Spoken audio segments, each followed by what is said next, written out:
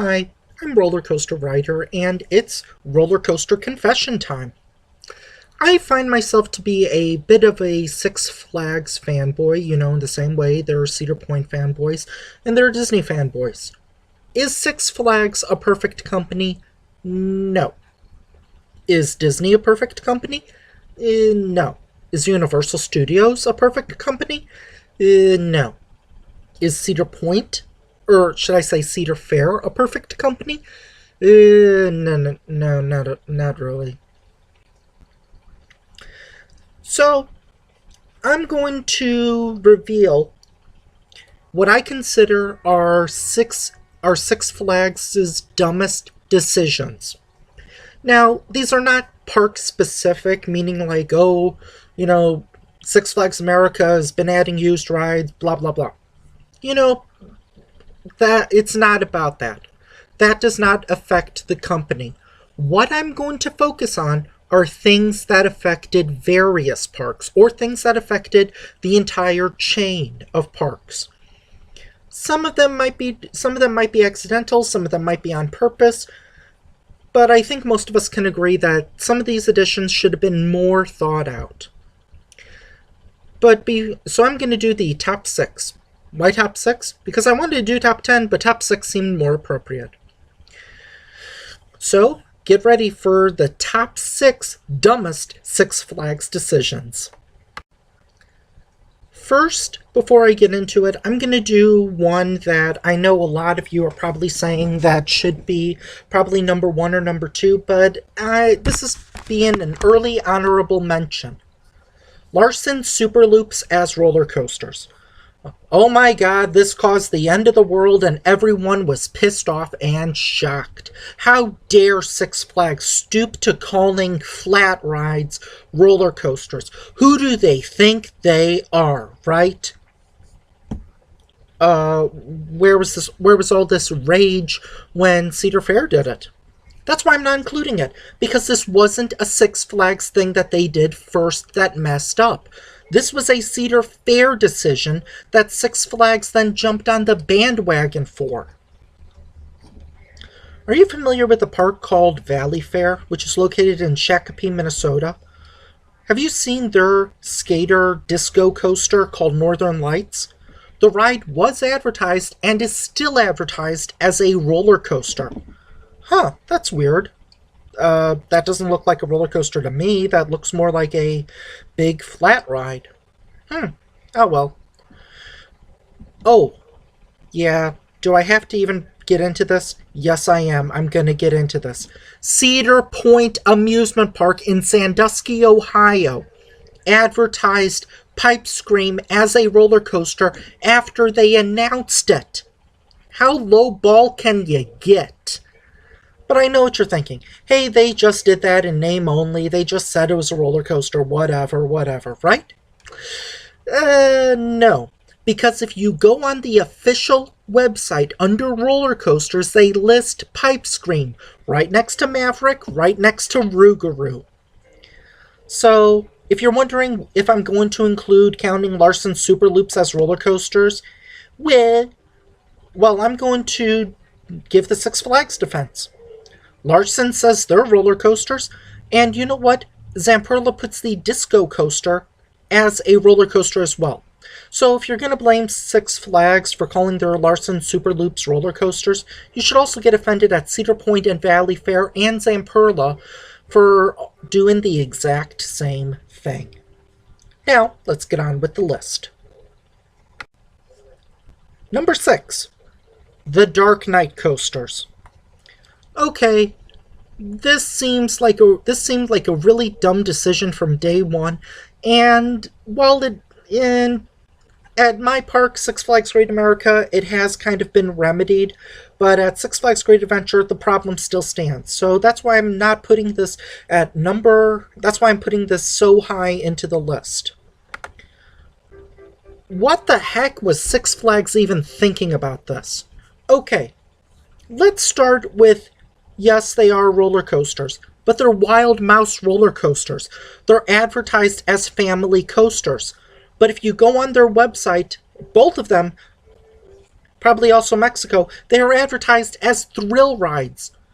Wild mice are thrill rides if that's your park's biggest attraction. That's not the park's that's not any of the park's biggest attractions, and it's small and indoors. That would be like if they categorized Space Mountain as a major extreme roller coaster next to Expedition Everest. It is not a major thrill coaster, it is a family coaster. The official press release even says it's a roller coaster that kids and families can ride together. Here's another problem I had with it. You know how I said it's a better edition here at Great America Now? That's because they added both of these in 2008 with the Mexico one in 2009. But I'm just going to focus on the Six Flags Great America and the Six Flags Great Adventure versions. In 2004, Great America added Raging Cajun, a spinning wild mouse which was taller, faster, and longer. So about 200 feet away, they add a smaller, shorter, slower indoor wild mouse, which was the exact same. Seriously? Six Flags Great Adventure. Why would they add the Dark Knight indoor coaster? I know what you're saying. Well, they don't have a wild mouse. Yeah, but they already have an indoor roller coaster called Skull Mountain that has been in the park since 1996. It's a moot addition to both of these parks, which already had something different. And you ever heard the saying, those who don't remember their history are doomed to repeat it? Six Flags Great Adventure made the same mistake in 1996 when they advertised Skull Mountain, which is a 40-foot tall indoor family coaster, as a thrill coaster. I'm not from that area, but according to someone who remembers advertisements, they made it seem like that coaster was going to go upside down. That is false marketing at its finest. And this is also a minor thing. The Dark Knight coasters. Why would they pick okay, you want to add a wild mouse? Fine, whatever. Budgets were tight, I understand. But why would you theme a family coaster to a PG-13 movie? Doesn't that push away both of your intended markets? Do families want to ride a coaster themed around a Joker that kills people and sets things on fire? Or do thrill seekers want to ride something that's a smaller version of something that's already in those parks? Is this a smart addition in any way, shape, or form? I guess you could say that this was an attempt at Six Flags to try to do Disney-esque style theming, but it failed. Apart from the pre-show, and maybe apart from video screens, let's be honest, that ride was never strongly themed. Although I do thank the later Six Flags management for getting rid of those annoying pre-shows. However, if you still want to see those pre-shows, and you can speak Spanish, Six Flags Mexico still runs theirs. Number 5. Just confusing people at Six Flags St. Louis. I'm going to tell you all of the themed areas that were in the park in 1992, okay? Missouri, Spain, England, Illinois, France, USA, and Looney Tunes Town. Doesn't that... Okay, there you go. Very simple. Then when Time Warner, I guess, tried to re-theme and do stronger theming in various sections, that's when things got really weird. Let's start in 1993. Missouri turned into 1904 World's Fair. England turned into Great Britain. Part of Illinois turned into Gateway to the West, and part of USA turned into Movietown. Okay? In 1994, Great Britain, aka England, turned into Britannia, and then in 1995, France turned into Chaltuos. Missouri people, you're going to have to forgive me. Market. And Movietown turned into Time Warner Studios. In 1996, Time Warner Studios, aka Movietown, aka US, turned into Warner Brothers Backlot. Also, around that time, Six Flags Over Mid-America got renamed into Six Flags St. Louis, which, by the way, I prefer that name to Six Flags Over Mid-America. Sorry, purists. In 1997, Spain turned into DC Comics Plaza. And I know what you're thinking. Well, at least they're done with renames, right? No! In 2002, the Warner Brothers Backlot, aka Time Warner Studios, aka Movietown, aka USA, turned into Studio Backlot. Good God! Who can keep up with all of these brands and renames and rethemes? The USA got rethemed 4 times in 10 years. England got renamed twice. That was a great way to confuse people and to just change the name, but essentially keep the same theme. Come on, what is the difference between Movietown, Time Warner Studios, Warner Brothers Backlot, and Studio Backlot? What is the difference between any of those themes? What is the difference between England, Great Britain, and Britannia? European purists, please don't give me that answer. And what the heck is Chotu's Market? France made more sense, and it's not like they picked an IP or anything. So, renamed and rethemed lands at Six Flags St. Louis, that ranks as number 5 because, geez, was that confusing? Number 4, Deja Vu's an X. Yeah, these were pretty dumb additions. Let's start with Deja Vu. Okay, at the 3 parts that they added it to, it was kind of okay because they got rid of essentially unused land. At Six Flags Magic Mountain, I believe it replaced Cyclone theming or landscaping.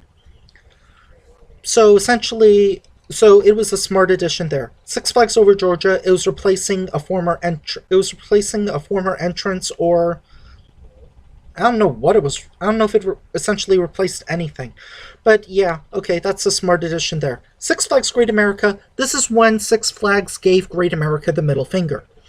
They got rid of the park's iconic, gigantic, wonderful, high capacity, popular, and family-friendly Skyworld triple-armed Ferris wheel. I know I'm sounding a bit of a Great America fanboy, and I know I sound two-faced when I had said previously that I wasn't going to go park-specific. But I'm sorry. There were other sections that it could have been added to. There's a section next to Chubasco where it's essentially just a stage and a snack stand. That plot of land was pretty good-sized, and they could have added it right there. So, yeah. And X. If you watch the Ace Arrow documentary, the ride was much larger than the original idea concept probably was. Actually, if you look at the Joker/Batman the Ride free spins that SNS is adding, that seems to be more closely similar to Alan Schilke's original design. Now, here's my thing. Why would a prototype need to be so big? It's a prototype. It's uncomparable to anything. You don't need to make it 200 feet. You want to know how this could have been much better? How this could have been simpler, and how it could have saved Arrow and Six Flags in general? How about instead of making it 200 feet, why not make it only like 120, 130 feet? Why put it at Six Flags Magic Mountain? Why not put it at Six Flags America? Why not put it at Six Flags Astroworld? Why not put it at one of the international Six Flags parks? It is not going to hurt Six Flags Magic Mountain if they don't build the world's first. Superman the Escape was, well, technically one of the world's first. So let's skip that. Viper was not the world's first 7-looping coaster. It wasn't even the first 7-looping coaster for the Six Flags chain. Riddler's Revenge wasn't the world's first stand-up coaster. Batman the Ride at that park wasn't the world's first inverted coaster. Scream wasn't the world's first floorless coaster. Ninja wasn't the world's first suspended coaster. So on and so on and so on. It was a little bit of ego, probably on Gary's story and Kieran Burke's decision and Kieran Burke's brains at that time. But yeah, it did not need to be 200 feet, and it didn't need to go to that park. Well, Six Flags Magic Mountain needed the world's first. Why did it have to be 200 feet? They could have built something for maybe 120, 130 feet, and that also would have been better. Well, it would have looked very small right next to Viper. Why'd they have to put it next to Viper? Why didn't they put it next to Scream? And, well, it would have looked small compared to Goliath. Well, then what's the problem? X is smaller than Viper anyway. It just looks taller.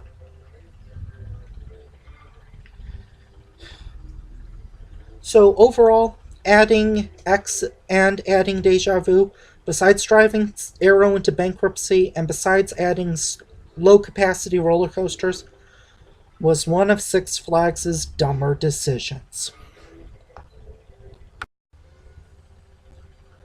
I know I said I wasn't going to get park specific, but I'm going to get park specific. Closing Six Flags Astroworld. This makes no sense in retrospect, and it probably didn't even make sense then. Why did they close this park? This park in 1995 and 1996 sold more season passes than any park in the country. I do not understand this. Houston is one of the largest U.S. cities. Why did they close it? It makes no sense. Well, the Reliance Stadium took away parking. Yeah, Houston Texans. Bleep you, fanboys. Also, if that was the problem, then why didn't they have the city build a parking garage? Why didn't they close some of Six Flags Waterworld and build a parking garage there? Well, there wasn't enough space. Really? Okay, how about across the street to the side where there's a Sam's Club? They could have bought that, demolished that, and opened up a large parking lot and had people just walk over a bridge. Well, it's not safe to have people walk over a bridge. That's how people got into Six Flags Astroworld. Well, if they closed part of their Waterworld section, wouldn't that hurt the capacity of the park? No, it wouldn't, because in Spring, Texas, which is like 15 or 20 miles away, they had a Six Flags separate admission water park. They had two water parks in the same area. Well, the taxes were really high.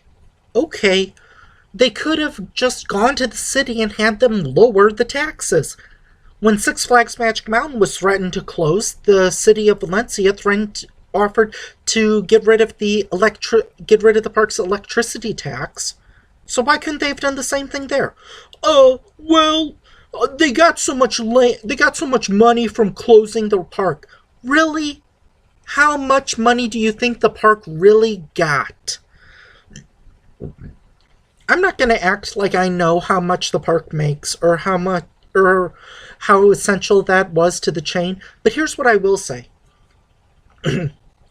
Initial estimates expected the park's land to be sold for potentially up to $125 million. That's a lot of money, isn't it? Yeah, it's also in a perfect world. Do you know how much they sold the land for? $77 million. Do you know how much demolition cost that Six Flags had to pay for? $20 million. Do you know what that means? They closed the park for $57 million. To give you a perspective, the year before, Six Flags sold Six Flags Worlds of Adventure to Cedar Fair for $145 million. $57 million is jack. This was a dumb decision, it was a dumb idea, and Almost none of their rides got relocated within the Six Flags chain. A couple of small flats, but none of the major, one major roller coaster. Way to go, Six Flags. Way to go. Number 2. Premier Parks expansions. From 98 to 2006, when Premier acquired the company from Time Warner, oh boy. Okay, they really watered down the chain. And I'm not talking about the expansions that were added to the course, to the main Six Flags parks that were around that time. Six Flags Over Texas, Over Georgia, St. Louis, Astroworld, Great Adventure, Magic Mountain, Great America, and Fiesta Texas. I'm not talking about those. I'm talking about the additional parks that Premier owned from 90 to 98 that they then renamed Six Flags Parks and rebranded. And almost all of the parks during this time all had one or two Vekoma attractions of some kind. Think about it. From 98 to 2003, look at all of the parks Premier turned from their small parks to huge Six Flags parks. Six Flags Kentucky Kingdom, Six Flags Darien Lake, Six Flags Elitch Gardens, Six Flags Marine World, Six Flags America, Six Flags Ohio, Six Flags New England, Six Flags Mexico, Six Flags Holland, Six Flags Belgium, and Six Flags New Orleans. That's 11 parks in 6 years. And each of those parks got low end, probably 10 million, high end 40 plus million in expansions, and many of those were in 1 year. Darien Lake, Elitch, Marine World, and America were all done in the same year. Ohio, New England, Mexico, and Holland were also all done in the same year. Mexico and Ohio each received over $80 million in additions. You want to know how Six Flags got so much debt so fast? And you want to know why people started thinking less of the chain? It was because of a lot of these smaller parks. Don't get me wrong, Marine World is a decent park. New England has since risen in the ranks, and Mexico is, well, it's a park in Mexico. It did result in some pretty good rides, such as the famous now Superman the Ride at Six Flags New England. It did add the cool Goliath at Six Flags Holland, and it did offer some pretty cool animal themed attractions at Six Flags Marine World, and it rebranded a lot of these smaller parks into big time players. Unfortunately, as Premier grew and grew and grew and grew, and let me give you an example of how much they grew. When it was just Six Flags, before Premier took over, they had 12 properties. In 2003, they had 40. I'm being 100% honest here. So yeah, they added a lot of Vekoma boomerangs, they added a lot of themed and name-only sections, and a lot of these parks, when they added a roller coaster, were just themed and name-only. If you go to Screamscape.com and you look at the Ultimate Awards, including Lame Theme, many Six Flags parks have those, and a majority of them were from these parks. But yeah. Rebranding small parks, adding boomerangs, having a bunch of unthemed sections, and having a bunch of themes and name only really watered down the brand and made the brand the brand that everyone makes fun of now because of years of mismanagement and over-expansions without core values, or I would even argue without a core idea or timeline. Before I get to number 1, let me give you a little bit of exclusive ride time and mentioning 3 other flaws. Six Flags Worlds of Adventure, buying SeaWorld Ohio, slowing expansions, canceling their planned hypercoaster, overall waste of capital, and selling to Cedar Fair, and we all know what a smart move that was. Lodging. Why did they only add hotels to the Great Escape and Darien Lake? No offense to those parks, but they were not among the top 15, top 20 Six Flags attended theme parks. Six Flags Great Adventure has no hotel within 10 or 20 minutes. What about Six Flags Great America? What about Six Flags Magic Mountain? Well, there are hotels in those areas. So, you're telling me there's no hotels near Cedar Point? You're telling me there's no hotels near Disneyland? You're telling me there's no hotels near Universal or any other major park? That doesn't mean anything. And Six Flags Auto World and Six Flags Power Plant.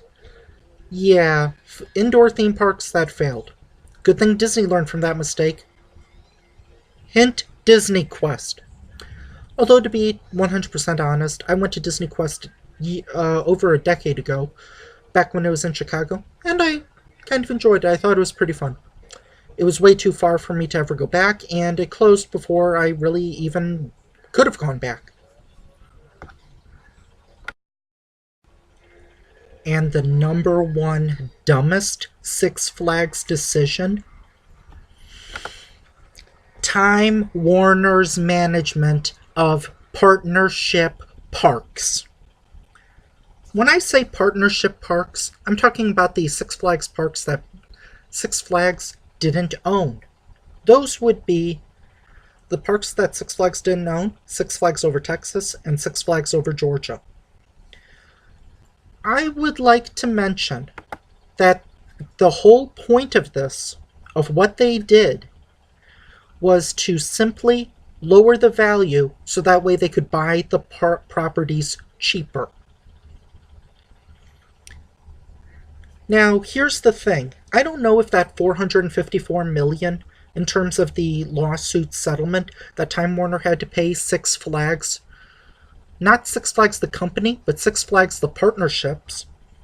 I don't know if that was just for Over Georgia or if that was for both, but keep that in mind. $454 million. That means if all of that went to Six Flags Over Georgia, that means that's over $56.5 million a year during the Time Warner management. If it was to both of the parks, that's over $28 million each year. So technically, they could have added $20 million in a new ride or roller coaster every year from 1990 to 1998, and that would have cost less. And that's to both parks, Six Flags Over Texas and Six Flags Over Georgia. From 1991 to 1998, they could have done that every single year to both parks, and that would have cost less than the lawsuit that they had to pay. What were these things that Premier did which caused that $454 million lawsuit? Listen to this. They bought land around Six Flags Over Georgia in Time Warner's name, not in Six Flags' name, meaning that if they did lose the rights and that park was sold, then it wouldn't be viewed as it wouldn't have any expansion land. They signed core people to Time Warner contracts, not to Six Flags contracts, but to Time Warner contracts, meaning that if they did lose the rights to manage those two parks, then those people would have probably been relocated to other Six Flags parks. Overinflated relocated costs. Something which was about $600,000, or no, $800,000, I apologize, was relocated to Six Flags Over Georgia for a cost of $1.4 million. More than the ride cost, and that ride was nearly 20 years old at the time. They looked around Atlanta for a second park location, meaning that if they did lose the rights to manage Six Flags Over Georgia, they would just stop in and just build a brand new park. But because they would own this one, they would expand it stronger and more heavily. And the final one, and this is going to really scare you, they neglected maintenance. Seriously, Time Warner, how cheap could you have gotten? this di- and if you're wondering about Six Flags Over Texas and all of this, well, you remember good old Premier Parks? Time Warner borderline lost the rights to own Six Flags Over Texas, the first Six Flags park, because Premier was willing to step in and offer a $30 million expansion over 3 years. To give you an example of what caliber that is, that would be the equivalent of Cedar Fair selling Cedar Point. That would be the equivalent of Disney selling Disneyland. I think I've made my point clear enough. I don't care what any of you say. I don't care if you say this is all legal or totally appropriate. This is, in my opinion, the number one dumbest Six Flags decision. And fortunately, as far as I know, they haven't done that since. So as I've shown, there's a number of things that Six Flags got wrong. But let's not act like every single theme park chain is perfect. Cedar Fair has done some dumb things. SeaWorld has done some dumb things. I'm not going to bring up Blackfish, and you'd better not post that in the comments. Disney has done some dumb stuff. Universal has done some dumb stuff. Tons of independent and large-scale chains have all done many smart decisions, many good decisions, and many dumb and stupid decisions. Because, hey, you're gambling. You're just making guesses. And maybe in a future video, I'll talk about some complaints that people have about Six Flags that I can easily say are, well, they're just attacking Six Flags. Because Six Flags is a brand name like Disney, I guess it's easy for people to point out their flaws as opposed to other theme park chains' flaws. Anyway, were there any that I missed? Were there any I got right? Were there any I got wrong? I'm not going to get it. I think I'll just make references to Jaga Lake and the Six Flags experience there. I'm not going to go into specific details because, honestly, I'd just be repeating stuff you've probably heard 1,000 times before. Anyway, my name is Rollercoaster Rider, and that's a wrap!